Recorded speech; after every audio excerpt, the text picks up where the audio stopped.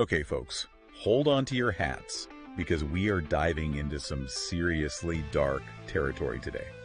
We're talking about the god of symbiotes, Knull. And when we say God, we're not messing around. This isn't some guy in a suit with a master plan. Knull is the embodiment of the void, the nothingness that existed before creation. Yeah, before the Big Bang, before light, before, well, anything really. He's older than time, and trust me, he's got the daddy issues to prove it. Ouch. Okay, I see where we're going with this. So we're not just talking about Venom here. Venom's just the tip of the iceberg.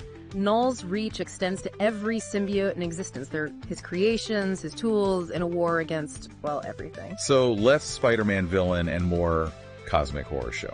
Got it. So how does a being like that even come to be? Where do you start with a god of symbiote? Imagine, if you can, a time before time. There's no light, no darkness, just an endless void. That's where Knull existed, alone. Then along came the Celestials. Wow, the Celestials. The cosmic beings with the power to reshape reality. The very same. Now imagine being Knull, perfectly content in your infinite nothingness, and suddenly, boom! These giant space gods show up and decide it's time for a little light show.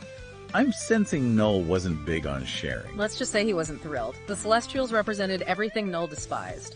Light, creation, order. It was basically a declaration of war. And I'm guessing a cosmic temper tantrum from a being like, Knull is not pretty. You could say that. To combat the Celestials, Knull reached into the primordial abyss and forged a weapon of unimaginable power. All black. The Necrosword. The Necrosword. Even I, with my limited comic book knowledge, have heard whispers about that thing.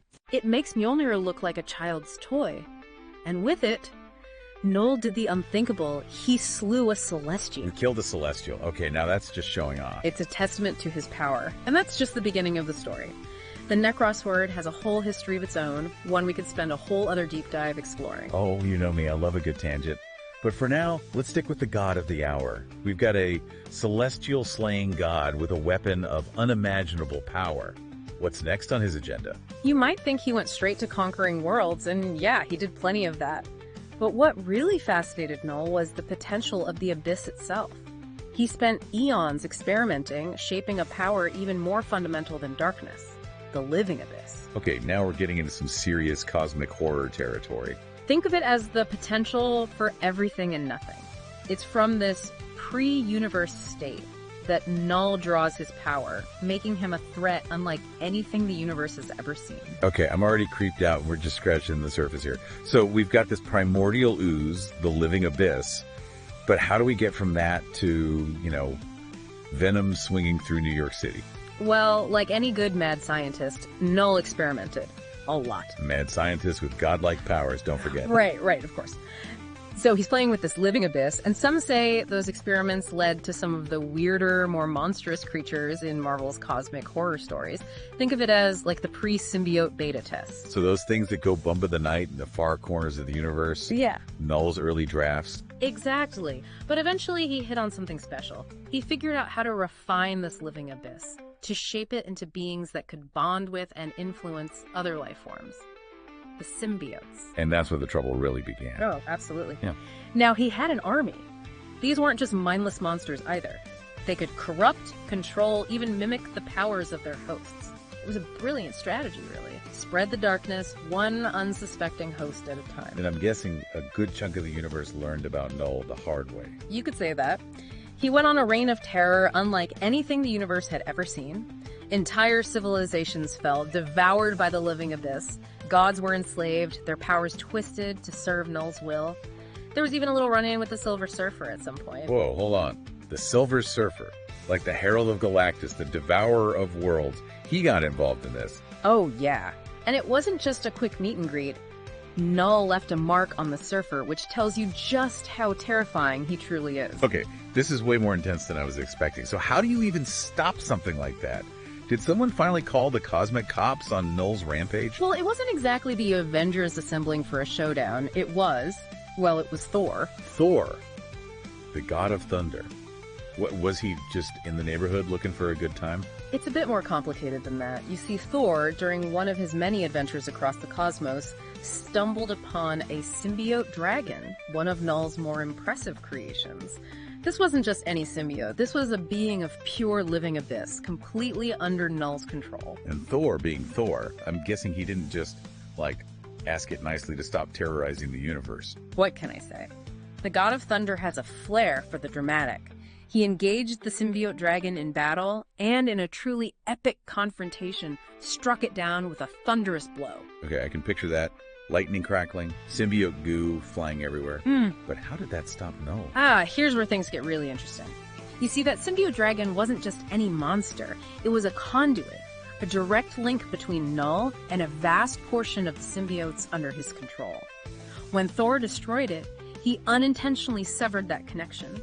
The symbiotes were scattered, confused, and for the first time, free from their creator's influence. Whoa, talk about unintended consequences. So what happened to Knull, and what about the symbiotes? They didn't just disappear after this cosmic smackdown, did they? Here's the really wild part. The symbiotes, now infused with a sliver of Thor's own noble spirit, rose up against their creator. They used their combined might, their connection to the living abyss, to imprison Knull within a prison of their own making. Okay, hold on. Are you telling me the symbiotes, the creatures known for bonding with and often corrupting other beings, imprisoned their own god? It's true. They formed a planet-sized prison out of themselves, a living cage to contain the darkness they were born from. They called it Clintar. Clintar, the symbiote homeworld. Yeah. It's a prison. That's a serious plot twist. It completely changes how we see symbiotes, doesn't it? They're not just monsters, they're refugees. They imprison their own god to protect the universe from him, and they bear the scars of that struggle every single day.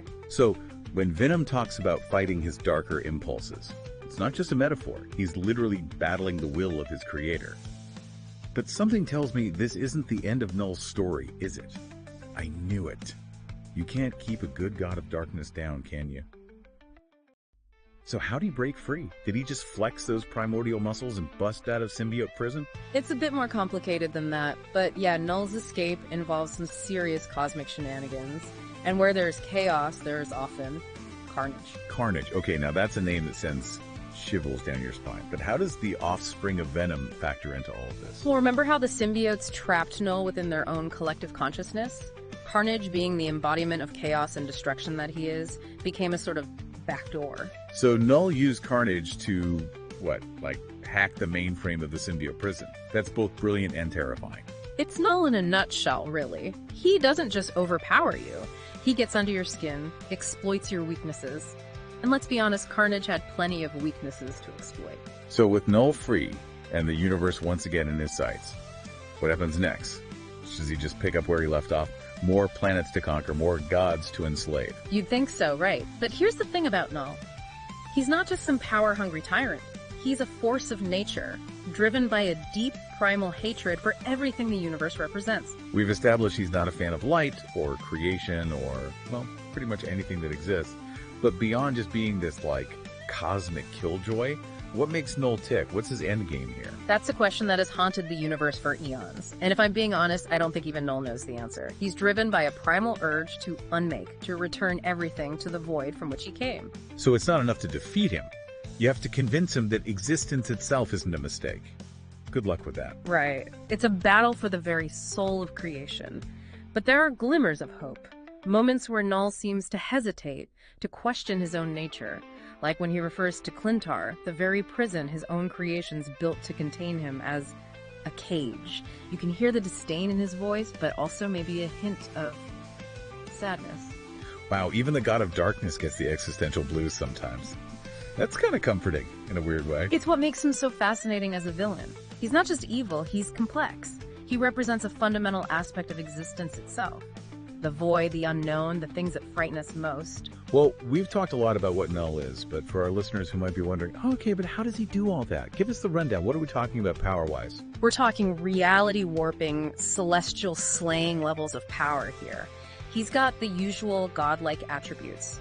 Superhuman strength, durability, immortality. But that's just scratching the surface. What makes Knull truly dangerous is his connection to the living abyss. The primordial ooze we talked about earlier. That's it. It's the source of his power, and he can use it to create, to destroy, to manipulate matter and energy on a cosmic scale. He can manifest symbiotes at will, shape them into whatever form he desires. So you're saying the symbiote dragons, those were just him showing off. Basically. Yeah. And let's not forget the Necros word. That thing is practically an extension of his will, capable of cutting through anything in its path, even the fabric of reality itself. Okay, I'm officially terrified. So how do you even begin to fight something like that? If he could just think a symbiote army into existence, what are a bunch of superpowered humans supposed to do? That's the million-dollar question, isn't it? See, fighting Knull head-on, it's almost always a losing battle. He's too powerful, too ancient, too connected to the very fabric of existence. No, to defeat Knull, you need to fight him on a different level. So less punching and more existential philosophy. Exactly. Knull's weakness, if you can call it that, is his own nature. He represents the void, the absence of everything. But the universe is full of things Knull can't comprehend. Love, hope, compassion. Those are the weapons that stand a chance against him. So it's not just about being strong. It's about having something worth fighting for. That's the key. It's the reason why beings like Thor, even Eddie Brock as Venom, have managed to stand against him. They embody those very things that Knull despises, and that, in a way, is their greatest strength. That's actually kind of inspiring. Even when facing the embodiment of the void, the universe finds a way to fight back. Exactly. And that's what makes this whole thing so compelling. Knull isn't just a villain, he's a force of nature, a reminder that the universe is a dangerous and unpredictable place. But it's also a reminder that even in the face of overwhelming darkness, there's always hope. Well said. I think that's a perfect place to wrap up our deep dive into the terrifying, fascinating, and surprisingly complex world of Knull, the god of symbiotes. It's been a wild ride. It has.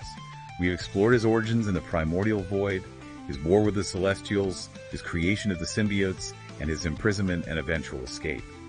We've delved into the nature of the living abyss, the power of the Necros word, and the surprisingly hopeful message at the heart of Knull's reign of terror. And we've just scratched the surface. There are countless stories, mysteries, and theories surrounding Knull and his place in the Marvel Universe. And that's where you, our amazing listeners, come in. What are your thoughts on Knull's true motives?